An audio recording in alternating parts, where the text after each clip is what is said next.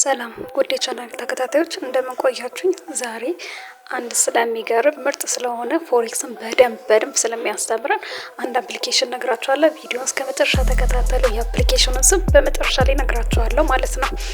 እሺ መጀመሪያ ይሄን ቪዲዮ ከመጀመር በፊት ቻናሌ ሰብስክራይብ፣ ላይክ አድርጉልኝ። አዲስ ነው ቻናሌ አበረታቱኝ ማለት እፈልጋለሁ። ቻናሌ ሰብስክራይብ አድርጋችሁ ከዚህ በበለጠ ደግሞ በየጊዜው አዳዲስ ቪዲዮዎችን ለቅላችኋለሁ ማለት ነው። ስለ አፑ ስንገባ አፑ መጀመሪያ ላይ ልክ እዚህ ጋር እንዳሳየኋችሁ ለፊት ላይ ይመጣልናል። ከታች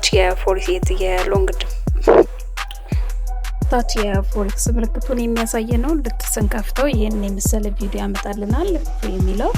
ይሄን ካያችሁ በኋላ በውስጡ ያው ሪካርድ ለማድረግ ስለፈቀደ ግን ስለ ውስጡ እንዲሁ ልንገራችሁ። አፑን በመከፍቱ ሰዓት ስለ ትሬዲንግ ሊሆን ይችላል፣ ስለ ሎንግ ተርም፣ ሾርት ተርም ስትራቴጂ፣ ስለ ሁሉም ነገር ፎሬክስን ስለሚመለከተው ነገሮች በሙሉ በጣም የሚያስተምረው እኔም በጣም የተማርኩበት አፕሊኬሽን ነው።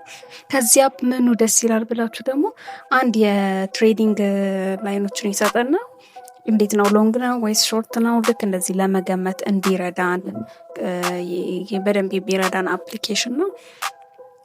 ስለ ፎሬክስ ደግሞ የገበያው ሁኔታ እንዲሁም የራሱን ጥያቄ እየጠየቀ እንድንገምት የሚያደርገንና የቱ ጋር ሴል እና የቱ ጋር ባይ ማድረግ እንደምንችል የሚያሳየን አፕ ነው ማለት ነው። ይሄን ያህል ስለ አፑ ካልኳችሁ ይበቃል። አፑ በማንኛውም በፕሌይ ስቶር ላይ ማግኘት ትችላላችሁ። ፕሌይ ስቶር ላይ ስትሄዱ ምን ትላላችሁ? ለርን ትሬዲንግ ስትራቴጂ ፎሬክስ ብላችሁ ታወርዱታላችሁ። የእውነቴን ነው ብላችሁ በጣም ትጠቀሙበታላችሁ። ከቪዲዮ በላይ በጣም ያስተምራችኋል። በግራፍ ብትሉ፣ በጥያቄ ብትሉ፣ በሁሉም ነገር በጣም የሚያስተምር አፕ ነው። በእርግጠኝነት ቪዲዮ እንደወደዳችሁ ተስፋ አለኝ። ቪዲዮ ላይክ አድርጉልኝ፣ ሰብስክራይብ አድርጉልኝ፣ ትጠቀሙበታላችሁ። አዲስ አካውንት ነው፣ እባካችሁ አበረታቱኝ ማለት ፈልጋለሁ።